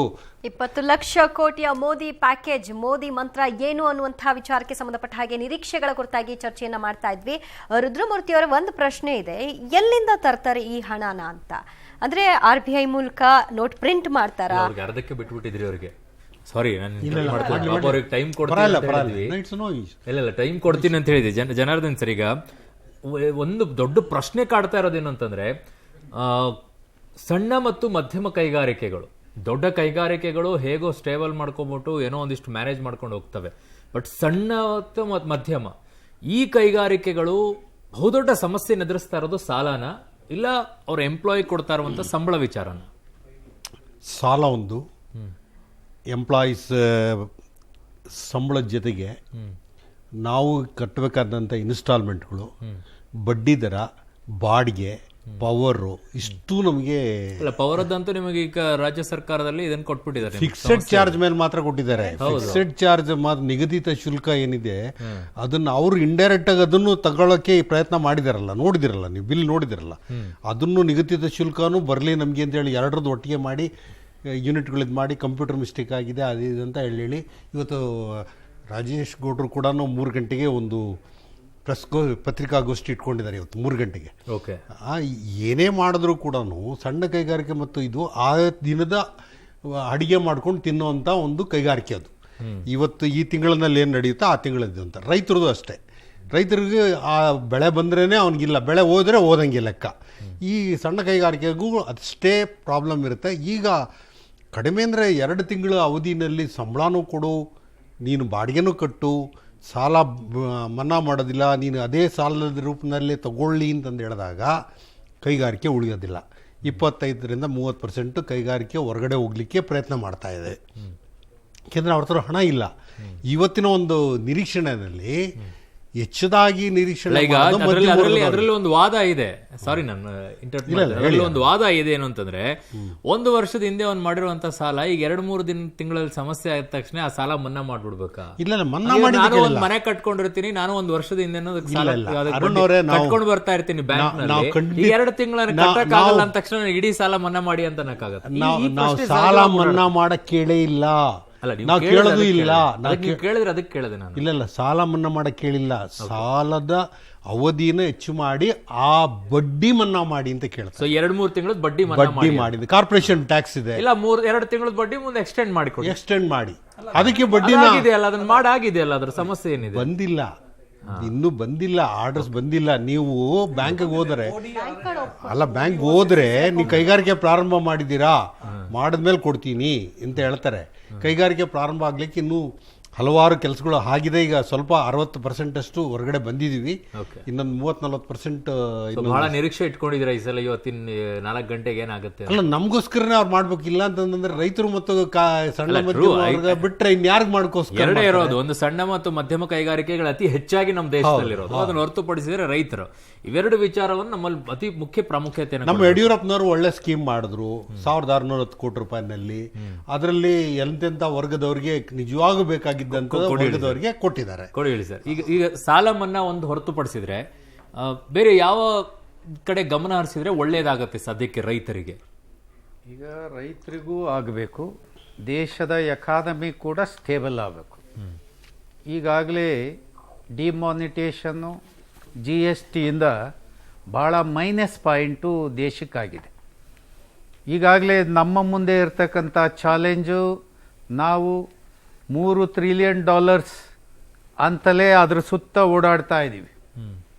ನಮ್ಮ ಎದುರುಗಡೆ ಇರತಕ್ಕಂಥ ಚೈನಾ $17 ಟ್ರಿಲಿಯನ್ ಅವ್ರದ್ದು ವ್ಯವಹಾರ ನಡೀತಾ ಇದೆ. ಅಮೇರಿಕ ನಮಗಿಂತ ಮುಂದೆ ಇರೋರು ಅವರೊಂದು 20-22 ನಡುವೆ ಇದ್ದಾರೆ. ಹೀಗಾಗಿ ನಮಗೆ ಎದುರುಗಡೆ ಇರ್ತಕ್ಕಂಥ ಎದುರಾಳಿ ಹೇಗಿದ್ದಾರೆ, ನಾವು ಎದುರಾಳಿ ಮುಂದೆ ನಾವು ಹೇಗಾಗಿ ಇದ್ದೀವಿ ಅನ್ನೋದನ್ನ ನೋಡಿಕೊಂಡು ನಮ್ಮ ಆರ್ಥಿಕತೆಯನ್ನು ಬಿಲ್ಡಪ್ ಮಾಡಲಿಕ್ಕೆ ನಮ್ಮ ಕೈಗಾರಿಕೆ ಮತ್ತು ಕೃಷಿ ಕ್ಷೇತ್ರವನ್ನು ಬಹಳ ಗಟ್ಟಿಯಾಗಿ ಕಟ್ಟಬೇಕಾದಂತ ಕೆಲಸ ಇದೆ. ರೈತರಿಗೆ ಹೇಗೆ ಈಗ ಏನೇನು ಬೇಕು ರೈತರಿಗೆ ಸದ್ಯಕ್ಕೆ? ರೈತರಿಗೆ ಬೇಕಾಗಿರ್ತಕ್ಕಂಥದ್ದು ಒಂದು ಪಾಯಿಂಟ್ ತಮ್ಮ ಗಮನಕ್ಕೆ ತಂದ್ಬಿಡ್ತೇನೆ. ದೇಶದಲ್ಲಿ ಬರಗಾಲ ಬಂದಿದೆ, ದೇಶದಲ್ಲಿ ಪ್ರವಾಹಗಳು ಬಂದಿದೆ, ದೇಶದಲ್ಲಿ ಅತಿವೃಷ್ಟಿ ಅನಾವೃಷ್ಟಿ ಎರಡೂ ಇದ್ರೂ ಕೂಡ ದೇಶದ ಉತ್ಪಾದನೆ ಕಳೆದ ವರ್ಷಕ್ಕಿಂತ ಈ ವರ್ಷ ಜಾಸ್ತಿ ಇದೆ, ಈ ವರ್ಷಕ್ಕಿಂತ ಮುಂದಿನ ವರ್ಷ ಜಾಸ್ತಿ ಇದೆ. ರೈತರು ಯಾವುದೇ ಸಂದರ್ಭದಲ್ಲಿ ದೇಶದ ಉತ್ಪಾದನೆಯಲ್ಲಿ ಹಿಂದಕ್ಕೆ ಬಿದ್ದಿಲ್ಲ. ಇದಕ್ಕೆ ಬೇಕಾಗಿರೋದೇನು? ಈಗೆಲ್ಲ ಕಾರ್ಮಿಕರು ಹಳ್ಳಿಗೆ ಬಂದಿದ್ದಾರೆ. ಈಗ ನಗರ ಅಂದರೆ ಭಯಭೀತಿಯಿಂದ ಬೆಚ್ಚಿ ಬೀಳುವಂಥ ಪರಿಸ್ಥಿತಿ ಇದೆ. ಈಗ ಸರ್ಕಾರಕ್ಕೆ ನಾನೇನು ಒಂದು ಸಲಹೆ ಮಾಡ್ತೇನೆ ಅಂದರೆ, ಏನು ಬಹಳ ಮೇಜರಾಗಿ ಆಗುವಂಥ ಕೈಗಾರಿಕೆಗಳಲ್ಲಿ 75% ಕೈಗಾರಿಕೆ ನಮ್ಮ ಕೃಷಿಯನ್ನು ಅವಲಂಬಿಸಿರೋದೇ ಇರುತ್ತೆ. ಇನ್ನು ಉಳಿದಿದ್ದು ಸಿಮೆಂಟು, ಕಬ್ಬಣ ಇತ್ಯಾದಿಗಳು ಬೇರೆ ಇರ್ತದೆ. ಹೀಗಾಗಿ ಈ ಕೈಗಾರಿಕೆಗಳು ಏನು ಗ್ರಾಮೀಣ ಭಾರತವನ್ನು ಆಧರಿಸಿದಂಥ ಕೈಗಾರಿಕೆಗಳಾದರೆ, ಸ್ಮಾಲ್ ಕೈಗಾರಿಕೆಗಳಾದರೆ ಅದು ಬಹಳ ಸರಳವಾಗಿ ಏಕ್ದಮ್ ಆಗಿ ಚಾಲೂ ಆಗೋದಾದ್ರೆ ಇಂಥ ಕೈಗಾರಿಕೆ ಮತ್ತು ಕೃಷಿಯನ್ನ ಸದೃಢಗೊಳಿಸಿದ್ರೆ ದೇಶದ ಎಕಾನಮಿಯೂ ಸ್ಟೇಬಲ್ ಆಗುತ್ತೆ, ಹೆಚ್ಚು ಜನರಿಗೆ ಕೆಲಸ ಸಿಕ್ಕುತ್ತೆ, ಹಣ ಸರ್ಕ್ಯುಲೇಟ್ ಆಗುತ್ತೆ. ನನ್ನ ಪ್ರಶ್ನೆ ನೇರವಾಗಿರೋದು, ರೈತರಿಗೆ ಸದ್ಯಕ್ಕೆ ಏನಾಗಬೇಕಾಗಿದೆ ಅಂತ ಕೇಳ್ತಾ ಇದ್ದೀನಿ ನಾನು. ಏನ್ ಇಮ್ಮಿಡಿಯೇಟ್ ಆಗಿ ಆಗ್ಬೇಕಾಗಿರೋದು ಏನು ಅವರಿಗೆ? ಈಗ ರೈತರಲ್ಲಿ ಒಂದಿಷ್ಟು ಜಮೀನು ಹೋಲ್ಡಿಂಗ್ ಇರ್ತಕ್ಕಂಥ ರೈತರು ಒಂದು, ಅದರಲ್ಲಿ ಲೇಬರ್ ಕ್ಲಾಸು ಒಂದು. ಈಗ ಒಂದು ಕೂಲಿಗಾರರಿಗೆ ಏನಾಗಿದೆ, ಅವರಿಗೆ ಹಕ್ಕಿ ಸಿಗ್ತದೆ ಇತ್ಯಾದಿಗಳು, ಸರ್ಕಾರದ ಸಹಾಯ ಅಥವಾ ಇತರೆ ನಾಗರಿಕರ ಸಹಾಯ ಸಿಗ್ತಾ ಇದೆ. ಈ ಸಣ್ಣ ರೈತ ಮತ್ತು ಈ ಮಧ್ಯಮ ವರ್ಗದ ಜನ ಏನಿದ್ದಾರೆ, ರೈತರು ಅಂದ್ರೇನೆ ಮಧ್ಯಮ ವರ್ಗ ಮತ್ತು ಕೆಳವರ್ಗದವರೇ. ಹಾಗಾಗಿ ಈ ವರ್ಗಕ್ಕೆ ಏನು ಬೇಕಾಗಿದೆ ಅಂದರೆ ಅವರ ಉತ್ಪಾದನೆಗೆ ಸಹಾಯ ಬೇಕು ಮತ್ತು ಉತ್ಪಾದನೆಗೆ ಬೆಲೆ ಬೇಕು. ಇದು ಎರಡೂ ಬೆಳೆಗೆ ಬೆಲೆ ಬೇಕು ಅನ್ನೋದನ್ನ ನಿಗದಿ ಮತ್ತು ಉತ್ಪಾದನೆಗೆ ಸಹಾಯ ಬೇಕು. ಉತ್ಪಾದನೆಗೆ ಯಾಕೆ ಸಹಾಯ ಬೇಕಂದ್ರೆ ಈಗ ಮುಂಗಾರು ಪ್ರಾರಂಭ ಆಗ್ತಾ ಇದೆ, ಬಿತ್ತನೆ ಕಾಲ ಪ್ರಾರಂಭ ಆಗ್ತಾ ಇದೆ. ಈ ಕರೋನಾ ಇಂದಾಗಿ ಏನಾಗಿದೆ, ಎಲ್ಲರ ಆರ್ಥಿಕತೆ ಖಾಲಿಯಾಗಿದೆ, ಏನು ಬೆಳೆದ್ರೂ ಮಾರುಕಟ್ಟೆಯಲ್ಲಿ ಬೆಲೆ ಸಿಕ್ಕಿಲ್ಲ. ಹಾಗಾಗಿ ಖಾಲಿ ಜೋಬುಗಳಿದ್ದಾವೆ.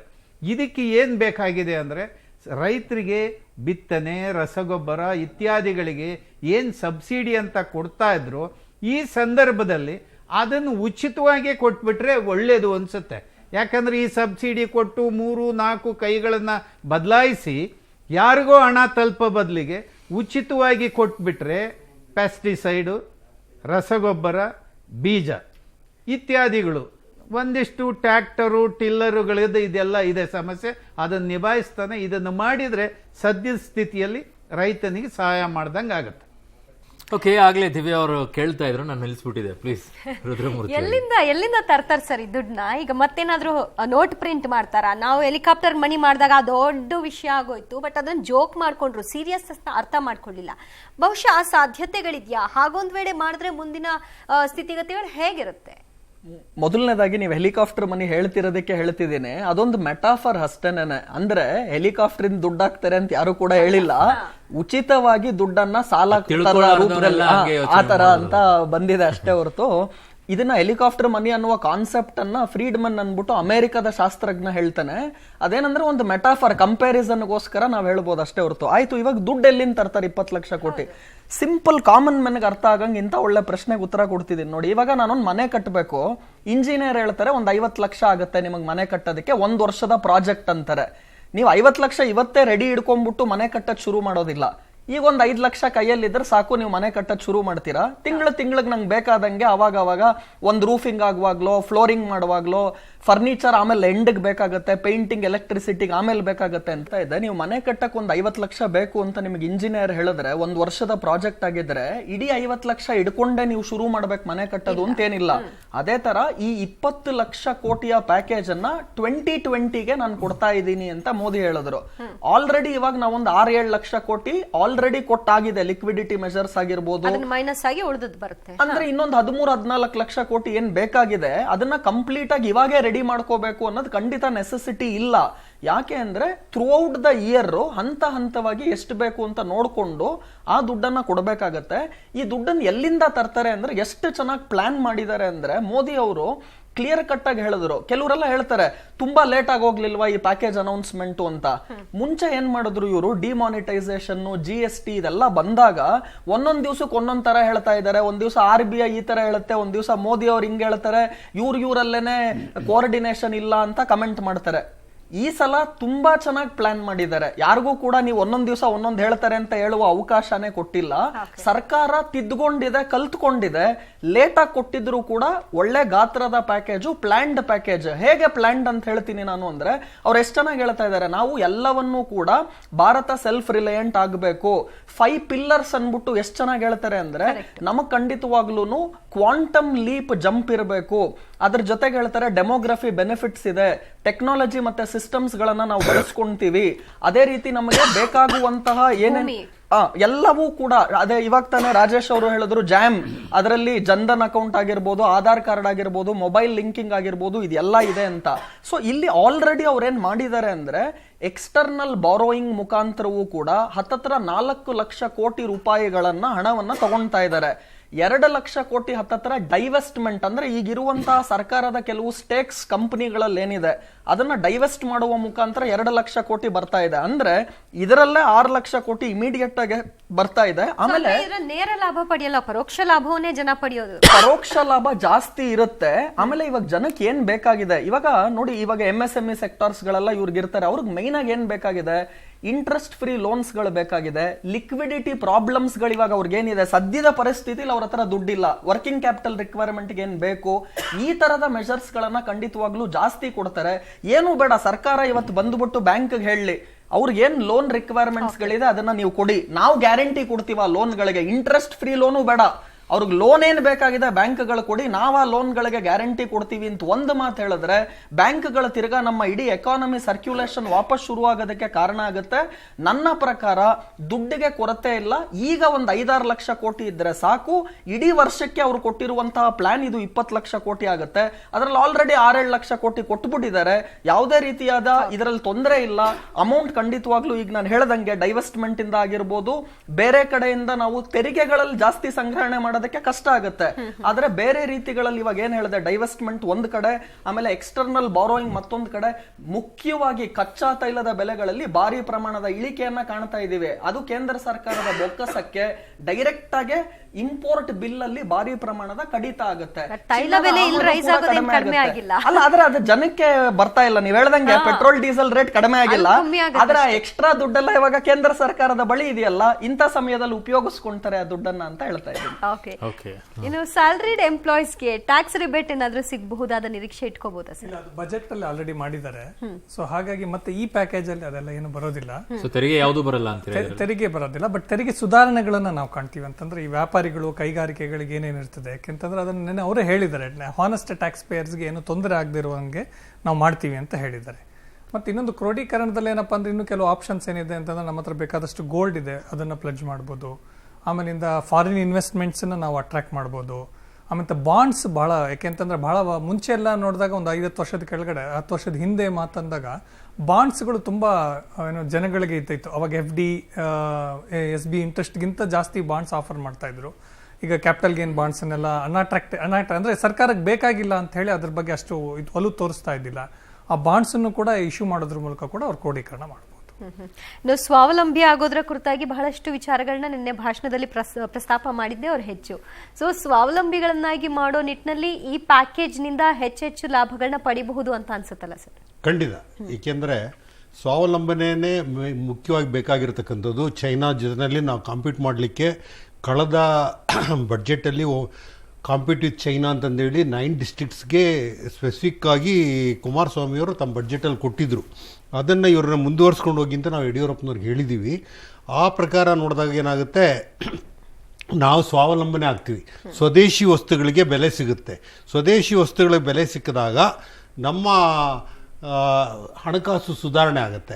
ಮುಖ್ಯವಾಗಿ ರೈತರಿಗೆ ಇವರು ಹೇಳಿದಂಥ ಒಂದು ಎಲ್ಲ ವಿಚಾರಗಳಿಗೆ ಒಂದು ಅಡಿಷನಲ್ ವಿಚಾರ ಏನಂತಂದರೆ, ಉತ್ಪನ್ನಗಳಾದ ಮೇಲೆ ಅದನ್ನು ಸ್ಟೋರೇಜ್ ಮಾಡಲಿಕ್ಕೆ ಸರಿಯಾದ ವ್ಯವಸ್ಥೆ, ವೇರ್ಹೌಸು, ಕೋಲ್ಡ್ ಸ್ಟೋರೇಜು ಇಲ್ಲ. ಆ ಉತ್ಪನ್ನಗಳ ಶೆಲ್ ಲೈಫ್ ಇನ್ಕ್ರೀಸ್ ಮಾಡಬೇಕು. 15 ದಿನಕ್ಕಾದರೂ ಆ ಶೆಲ್ ಲೈಫ್ ಇನ್ಕ್ರೀಸ್ ಮಾಡಿದ್ರೆ ನಾವು ವಿದೇಶಗಳಿಗೆ ರಫ್ತು ಮಾಡಲಿಕ್ಕೆ ಆಗುತ್ತೆ. ನಾವು ಯಾವ ದೇಶ ನಮಗೆ ಅವಶ್ಯಕತೆ ಅಗ್ರಿಕಲ್ಚರ್ ಪ್ರಾಡಕ್ಟ್ ಬೇಕಿದೆಯೋ ಆ ದೇಶಕ್ಕೆ ಕಳಿಸೋದಕ್ಕೆ ಟೈಮ್ ಬೇಕು. ನಮ್ಮ ಕಾರ್ಗೋನಲ್ಲಿ ಲಿಫ್ಟ್ ಆಗಲಿ, ಶಿಪ್ಪಲ್ಲಾಗಲಿ ನಾವು ಇದು ಮಾಡಬೇಕು.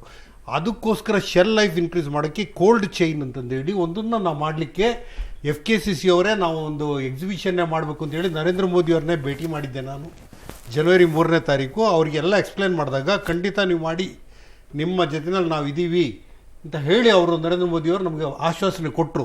ಈ ಲಾಕ್ಡೌನ್ ಇಲ್ಲದೇ ಇದ್ದಿದ್ರೆ ಇಷ್ಟು ಮೇ 15ನೇ ತಾರೀಕು ನಾವು ಮಾಡಬೇಕಾಗಿತ್ತು, ಅದನ್ನು ಉದ್ಘಾಟನೆ ಮಾಡಬೇಕಾಗಿತ್ತು. ಎಲ್ಲದಕ್ಕೂ ಸಿದ್ಧತೆ ಮಾಡಿದ್ದು ಲಾಕ್ಡೌನ್ ಬಂದಮೇಲೆ ನಾವು ಮಾಡಲಿಕ್ಕಾಗಲಿಲ್ಲ. ಈಗ ಮುಂದಕ್ಕೆ ಅದು ಹೋಗ್ತದೆ. ಇನ್ನು ಮುಂದೆ ಇನ್ನೂ ಒಂದು 2-3 ತಿಂಗಳು ಈ ವೈರಸ್ ಗಲಾಟೆ ಮುಗಿಯೋ ತನಕ ಆಗೋದಿಲ್ಲ. ಆ ಉತ್ಪನ್ನಗಳನ್ನು ಸ್ಟೋರ್ ಮಾಡಲಿಕ್ಕೆ ಅವಕಾಶ ಮಾಡಿಕೊಟ್ರೆ ಖಂಡಿತ ನಮ್ಮ ರೈತರಿಗೆ ಅವ್ರು ಯಾರ ಮೇಲೂ ಡಿಪೆಂಡ್ ಆಗಬೇಕಾಗಿಲ್ಲ, ತಮ್ಮ ಉತ್ಪನ್ನಗಳಿಂದಲೇ ಅವ್ರು ಬದುಕೊಳ್ಳಿಕ್ಕೆ ಚಾನ್ಸ್ ಇದೆ. ಅವರು ಸ್ವಾವಲಂಬನೆ ಅವರು ಆಗ್ತಾರೆ, ಕೈಗಾರಿಕೆನೂ ಸ್ವಾವಲಂಬನೆ ಆಗುತ್ತೆ. ಇವತ್ತಿನ ದಿನ ಅವ್ರು ಏನು 20 ಲಕ್ಷ ಕೋಟಿ ಪ್ಯಾಕೇಜ್ ಇದೆ, ಇದು ಒಂದು ಸಾಕು ನಾವು ಸ್ವಾವಲಂಬನೆ ಮಾಡಲಿಕ್ಕೆ ಅಂತ ನನಗನ್ಸುತ್ತೆ ಮೇಡಮ್. ಓಕೆ, ಇಷ್ಟು ಸಾಕು ಅಂತ ಅನ್ಕೊಳ್ತಿದ್ರಿ.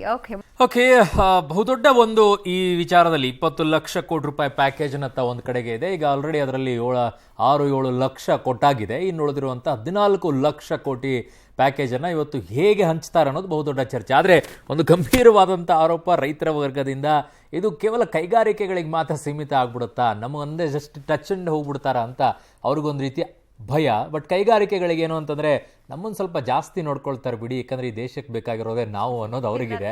ಸೊ ಈ ಎರಡೂ ವಿಚಾರದಲ್ಲಿ ಈಗ ಏನಾಗುತ್ತೆ ಅನ್ನೋದು 4 ಗಂಟೆಗೆ ಗೊತ್ತಾಗುತ್ತೆ. ಬಟ್ ಈಗ ನಿಮ್ಮ ಆತಂಕ ಏನಾದರೂ ಹೋಗುತ್ತಾ ಹೋಗಲ್ವಾ ಸರ್? ಸಿಕ್ಕಾಪಟ್ಟೆ, ಯಾಕಂದರೆ ಮುಂಚೆಯಿಂದನೂ ಮೋದಿ ಅವ್ರ ಮೇಲೆ ಗಂಭೀರ ಆರೋಪ ಇರೋದು ಕೈಗಾರಿಕೆಗಳ ಮೇಲೆ ಜಾಸ್ತಿ ಅವರು ಗಮನ ಹರಿಸ್ಕೊಳ್ತಾರೆ. ಹೆಚ್ಚು ಗಮನ ಅವರು ಆ ಕಡೆನೇ ಇದೆ. ಜೊತೆಗೆ ಗ್ರಾಮೀಣ ಭಾರತ ಭಯ ಇದೆಯಾ? ಈಗಲೂ ಭಯ ಇದೆ. ಹೆಚ್ಚು ಕಡಿಮೆ ಶೇರ್ ಎಲ್ಲ ಆ ಕಡೆನೆ ಹೋಗೋದು ಕೂಡ ಆ ಒಂದು ಭಯ ನಮಗೆ ಕಂಟಿನ್ಯೂ ಇದೆ. ಯಾಕಂದ್ರೆ ಈಗಾಗಲೇ ಅವ್ರು ಹೇಳ್ತಾರೆ ನಾವು ಜೊತೆಗೆ ಹೋಗೋಣ ಬನ್ನಿ ಸರ್ ಅಂತ ಹೇಳಿ. ಬಟ್ ನೀವೇನ್ ಪಾಪ ಭಯ ಅಲ್ಲ, ಅವ್ರ ಪಾಪ ಅವರು ಸಣ್ಣ ಕೈಗಾರಿಕೆಯವರು ಏನಿದಾರೋ ಅವ್ರ ಜೊತೆ ನಾವು ಯಾವಾಗ್ಲೂ ಇರ್ತೀವಿ, ಅದೇನು ಅಪಾಯ ಏನಿಲ್ಲ. ಮೇಜರ್ ಯಾರಿದಾರೋ ಮೇಜರ್ ಶೇರು ಅವರೇ. ಸಾಲ ಮನ್ನಾ ಮಾಡಿಸ್ಕೊಳ್ಳೋದವರು, ಹೆಚ್ಚು ತಗೊಳ್ಳೋದವರು, ಆಮೇಲೆ ನಾಮ ಹಾಕೋದವರು, ಅಂಥವ್ರ ಜೊತೆನೆ ಸರ್ಕಾರ ಇರೋದು ಅಂದ್ರೆ ನಮಗೆ ಗಾಬರಿ ಆಗ್ತದೆ. ಆಗಬಾರ್ದು. ರೈತನಿಗೆ ಸಹಾಯಕ್ಕೆ ನಿಂತ್ಕೋಬೇಕು.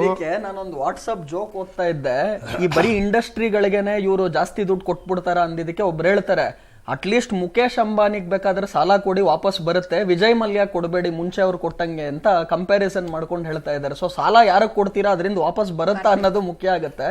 ಆಮೇಲೆ ಇಲ್ಲಿ ಏನ್ ಇಂಪಾರ್ಟೆಂಟ್ ಅಂದ್ರೆ ನೋಡಿ, ಸಂಸಾರದಲ್ಲೂ ಕೂಡ ಯಾವ ರೀತಿ ಒಬ್ಬ ವ್ಯಕ್ತಿ ತಾಯಿನ ಹೆಂಡತಿನ ನೋಡ್ಕೊಂತಾನೆ ಅನ್ನೋದನ್ನ ಇವತ್ತು ಮೋದಿ ಅವರು ಕೂಡ ಅಗ್ರಿಕಲ್ಚರ್ ಸೆಕ್ಟಾರು, ಇಂಡಸ್ಟ್ರಿ ಸೆಕ್ಟಾರು, ಸರ್ವಿಸ್ ಸೆಕ್ಟಾರ್ ಅನ್ನ ಬ್ಯಾಲೆನ್ಸ್ ಮಾಡಬೇಕು. 20 ಲಕ್ಷ ಅದೇ ಆಗ್ತಿಲ್ಲ ಅನ್ನೋದು ಆತಂಕ. ಅದ್ರ ನಾನೇ ಮಲೆತಾಯಿ ಧೋರಣೆ ನಡೀತಾ ಇದ್ದಾನೆ ಅಂತಲೇ ನಮ್ದು ಆಪಾದನೆ ಇರೋದು.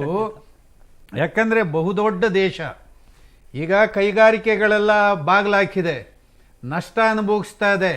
ಆದರೆ ಕೃಷಿ ಮಾತ್ರ ತನ್ನ ಕರ್ತವ್ಯವನ್ನ ಮರ್ತಿಲ್ಲ. ದೇಶದಲ್ಲಿ ಏನು ಬೇಕೋ ಅದನ್ನ ನೀಡೋದು ಕರೆಕ್ಟ್ ಸರ್. ನಾನು ಟೋಟಲಿ ಅಗ್ರಿ. ಈಗ ನೀವು ಬೇಕು, ನೀವಿಲ್ದೇ ಇದ್ರೆ ಅವರು ನಡೆಯಲ್ಲ, ಅವ್ರು ಇಲ್ದೇ ಇದ್ರೆ ನಿಮಗೂ ನಡೆಯಲ್ಲ. ಸೊ ನೀವಿಬ್ರು ಜೊತೆಯಾಗಿ ಹೆಜ್ಜೆ ಇಡಬೇಕಾಗಿದೆ. ಅಲ್ಲ, ಅವಶ್ಯಕತೆ. ಯಾಕಂದ್ರೆ ಅಭಿವೃದ್ಧಿ ಅಂದ್ರೆ ಆ ಎರಡೂ ಸೇರಿ ಇಟ್ಟರೆ ಕ್ಷೇತ್ರಗಳಿಗಿಂತಲೂ ಕೂಡ ಇವೆರಡೇ ಕ್ಷೇತ್ರಗಳು ಅತಿ ಹೆಚ್ಚಾಗಿ ನಮ್ಮನ್ನು ಎಳ್ಕೊಂಡು ಹೋಗ್ಬೇಕಾಗಿರೋದು. ಒಂದು ನಾನು ಅವ್ರ ಮಾತನ್ನು ಒಪ್ಪಲ್ಲ ಚಂದ್ರಶೇಖರ್. ಯಾವುದು? ಯಾಕೆ ಮೋದಿ ಅವ್ರ ಬಗ್ಗೆ ಅವರು ಯಾವಾಗ ಕೃಷಿಗೆ ಆದ್ಯತೆ ಕೊಡಲ್ಲ ಅಂತ ಹೇಳ್ತಾರೆ? ನನ್ನ ಅಭಿಪ್ರಾಯ ಏನಪ್ಪ ಅಂದ್ರೆ ಅವ್ರದ್ದು ಅದಕ್ಕೆ ಜಾಸ್ತಿ ಕೊಡ್ತಾರೆ ಅಂತ ಅಂದ್ಬಿಟ್ಟು ನನ್ನ ಅಭಿಪ್ರಾಯ. ಭಯ ಇದೆ ಅಂತ ನೋಡಿ, ಮೊದಲನೇದಾಗಿ ಇನ್ಫ್ರಾಸ್ಟ್ರಕ್ಚರ್ ಏನ್ ಬೇಕೋ ಅದಕ್ಕೆ ವ್ಯವಸ್ಥೆ ಮಾಡ್ತಾ ಇದ್ದಾರೆ ಅವರು. ಎರಡನೇದಾಗಿ ಈಗ ಅದು ಅಸಂಘಟಿತವಲ್ಲಿ ಅನಾರ್ಗನೈಸ್ ಸೆಕ್ಟರ್, ರೈತರದ್ದು ಏನಪ್ಪಾ ಅಂದ್ರೆ ಎಲ್ಲೂ ಇದ್ದಿಲ್ಲ, ಒಂದು ಪಾಣಿ ಸರಿಯಾಗಿರೋದಿಲ್ಲ ಅವ್ರದ್ದು ಲೆಕ್ಕಾಚಾರದಲ್ಲಿ. ಅಷ್ಟು ಅವ್ಯವಸ್ಥೆಯಿಂದ ಈಗೆಲ್ಲ ಡಿಜಿಟಲೈಸ್ ಆಗಿ ಸಮಸ್ಯೆ. ಅದಕ್ಕೆ ರೈತ ಕಾರಣನ ಅಲ್ಲಲ್ಲ, ಅದು ನಮ್ಮ ಸರ್ಕಾರಗಳು ಇಷ್ಟು ವರ್ಷ ನಡೆಸಿರುವಂತ ಸರ್ಕಾರ ಅದು. ಮತ್ತೆ ಅದು ಬೇರೆ ಕಡೆ ಹೊಟ್ಟೋಗುತ್ತೆ, ಆ ಚರ್ಚೆ ಬೇಡ ದಯವಿಟ್ಟು. ಅದು ಅಸಂಘಟಿತವಲ್ಲ, ಅದು ಅಷ್ಟು ಈಸಿ ಅಲ್ಲ. ಅವ್ರನ್ನ ನಾವು ರೀಚ್ ಆಗ್ಬೇಕು ಅಂತಂತಂದ್ರೆ, ಡೆಲ್ಲಿಯಿಂದ ಕುತ್ಕೊಂಡು ನಾನು ರೀಚ್ ಆಗ್ಬೇಕು ಅಂದ್ರೆ ಬಹಳ ಕಷ್ಟ ಇದೆ. ಆದ್ರೆ ಅದರಲ್ಲೂ ಕೂಡ ಇದು ಅವರಿಗೆ ಅರಿವಿದೆ, ಈಗಿರೋ ಸರ್ಕಾರದ ಪ್ರಧಾನಮಂತ್ರಿಗಳಿಗೆ ಅದು ಅರಿವಿದೆ. ಹಾಗಾಗಿ ಮೊದಲನೇದಾಗಿ ಇಷ್ಟೇ ಸರ್, ಇಷ್ಟು ದಿನ ಕಲ್ಲು ಮುಳ್ಳುಗಳು ಹಾದಿ ಇತ್ತು, ನಾನು ಹೋಗಿ ರೈತನ ಮುಟ್ಬೇಕಂದ್ರೆ ಈಗ ಒಂದೊಂದೇ ಸರ್ಸ್ಕೊಂಡ್ ಬಂದು ನೇರ ಹಾದಿ ಮಾಡ್ಕೊಳ್ತಾ ಇದ್ದಾರೆ. ಅಪಾಯಗಳು ದಿನೇ ದಿನೇ ಜಾಸ್ತಿ ಆಗ್ತಲೇ ಇದೆ. ಯಾಕಂದ್ರೆ ಭೂ ಸುಧಾರಣಾ ಕಾಯ್ದೆಗೆ ತಿದ್ದುಪಡಿ ಬರ್ತಾ ಇದೆ, ಆಗಿದೆ ರಾಜ್ಯದಲ್ಲಿ. ಈಗ ಲ್ಯಾಂಡ್ ಅಕ್ವಿಜೇಷನ್ ಬಿಲ್ಲಿಗೆ ರಾಜ್ಯದಲ್ಲಿ ತಿದ್ದುಪಡಿ ಆಗಿದೆ. ದೇಶದಲ್ಲಿ APMC ಆಕ್ಟ್ ತಿದ್ದುಪಡಿ ಆಗ್ತಾ ಇದೆ. ಹಾಗಾಗಿ ಎಲ್ಲ ಅಪಾಯಗಳು ಕೃಷಿ ವಲಯದ ಮೇಲೆ ಬೀಳ್ತಾ ಇರೋ ಕಾರಣಕ್ಕೆ ಆತಂಕಗಳೇ ಹೆಚ್ಚುತ್ತಾ ಇದೆ. ಅಪಾಯ ಯಾಕೆ ಅನ್ಕೊಳ್ತೀರಾ? ಸುಧಾರಣೆ ಅಂತ ಯಾಕೆ ಅನ್ಕೊಳ್ತೀರಾ? ಅದು ಸುಧಾರಣೆ ಆಗ್ತಾ ಇಲ್ಲ. ಸುಧಾರಣೆ ಅಂದ್ರೆ ನಾವು ಸ್ವಾಗತ ಮಾಡ್ತೇವೆ, ಸುಧಾರಣೆ ರೈತನಿಗೆ ಆಗ್ತಾ ಇಲ್ಲ. ಸುಧಾರಣೆ ಬೇರೆಯವ್ರನ್ನ ಮಾಡೋದಕ್ಕೆ ಕೃಷಿ ಮೇಲೆ ಏರ್ತಾ ಇರೋದು. ಅದು ಆ ಕಾರಣಕ್ಕೆ ನಾವು ಈ ಒಂದು ಆತಂಕ. ಈಗ ನೋಡೋಣ, ನರೇಂದ್ರ ಮೋದಿ ಅವ್ರ ಹತ್ರ ಮಾತಾಡಿದಾಗ ರೈತರ ಅವರ ಅಭಿಪ್ರಾಯನ ಅವ್ರು ಹೇಳಿದ್ರು. ಏನಂದ್ರೆ ರೈತರಿಗೆ ಯಾವುದೇ ರಾಜಕಾರಣಿ ಹೇಳಿದ್ರೂ ಒಪ್ಪೋದಿಲ್ಲ, ಯಾವ ತಜ್ಞ ಬಂದು ಹೇಳಿದ್ರೂ ಒಪ್ಪೋದಿಲ್ಲ. ಪ್ರಗತಿಪರ ರೈತ ಬಂದು ಇನ್ನು ರೈತರಿಗೆ ಹೇಳಿದ್ರೆ ಮಾತ್ರ ಆಗತ್ತೆ. ಈ ಮಾತನ್ನು ನೀವು ಜ್ಞಾಪಕ ಇಟ್ಕೊಂಡು ಪ್ರಗತಿಪರವಾದಂಥ ರೈತರನ್ನ ಕರೆಸಿ ಅವ್ರು ಯಾವ ರೀತಿ ಹೆಚ್ಚಿನ ದ್ರಾಕ್ಷಿ ಬೆಳೆದ್ರು, ಯಾವ ರೀತಿ ಮಾವು ಹೆಚ್ಚು ಬೆಳೆದ್ರು ಅಂಥ ರೈತರನ್ನ ಕರ್ಕೊಂಡು ಬಂದು ಈ ರೈತರಿಗೆ ಒಂದೇ ಸಾರಿ ನಾನು ಆ್ಯಡ್ ಮಾಡ್ತೀನಿ. ಅವಾಗ ಒಂದು ಮಾತು ಹೇಳ್ತಾ ಇದ್ರಿ ನೀವು ಸರ್, ದೊಡ್ಡ ದೊಡ್ಡ ಕಂಪ್ನಿಗಳು ಹೋಗ್ತವೆ, ಅಲ್ಲಿ ಹೋಗಿ ಮಾಡ್ಬಿಟ್ಟು ಅವ್ರಿಗೆ ಏನು ಬೇಕೋ ಅದು ತೊಗೊಂಡು ಹೋಗ್ಬಿಡ್ತಾರೆ ಅನ್ನೋ ಮಾತನ್ನು ಹೇಳ್ತಾ ಇದ್ರಿ. ಸೇಮ್ ಅಲ್ಲಿ ಹೇಗೆ 3 ಕ್ಯಾಟಗರಿ ಇದೆಯೋ ಹಾಗೆ ರೈತರಲ್ಲೂ ಇದೆಯಲ್ವಾ? ದೊಡ್ಡ ಗಾತ್ರ, ಮಧ್ಯಮ ಗಾತ್ರ, ಸಣ್ಣ ಗಾತ್ರ. ಅಲ್ಲೂ ದೊಡ್ಡ ಗಾತ್ರ, ಮಧ್ಯಮ ಗಾತ್ರ, ಸಣ್ಣ ಗಾತ್ರ. ದೊಡ್ಡವ್ರು ಲಾಭ ಮಾಡ್ಕೊಂಡ್ಬಿಟ್ಟು ಏನೇನು ಲಾಭ ತಗೋಬೇಕು ಅದನ್ನ ತಗೊಂಡು ಹೋಗ್ತಾರೆ, ಒದ್ದಾಡೋದು ಸಣ್ಣವ್ರೆ. ಇಲ್ಲೂ ಹಂಗೆ ಅಲ್ವಾ? ದೊಡ್ಡವರು ರೈತರ ಹೆಸರಲ್ಲಿ ಏನೇನು ಲಾಭ ತಗೋಬೇಕು ಎಲ್ಲ ತಗೊಂಡ್ಬಿಡ್ತಾರೆ ದೊಡ್ಡವರು, ಕೆಳಗಡೆ ಪಾಪ ಒದ್ದಾಡೋದಲ್ವಾ? ಕೃಷಿ ಫಾರ್ಮಿಂಗ್ ಅಂತ ಹೇಳಿ ಕರೆದ್ರೆ ಇಲ್ಲೂ ಕೂಡ ಹಳ್ಳಿಲಿರೋ ದೊಡ್ಡವನು ಇಲ್ಲ ಆ ಪಾರ್ಟಿಲಿ ಇರ್ತಾನೆ, ಈ ಪಾರ್ಟಿಲಿ ಇರ್ತಾನೆ, ಕಾಂಟ್ರಾಕ್ಟ್ ಮಾಡ್ತಾನೆ, ಇನ್ನೊಂದು ಕೆಲಸ ಮಾಡ್ತಾನೆ, ಅವನು ಸೇಫರ್ ಸೈಡ್.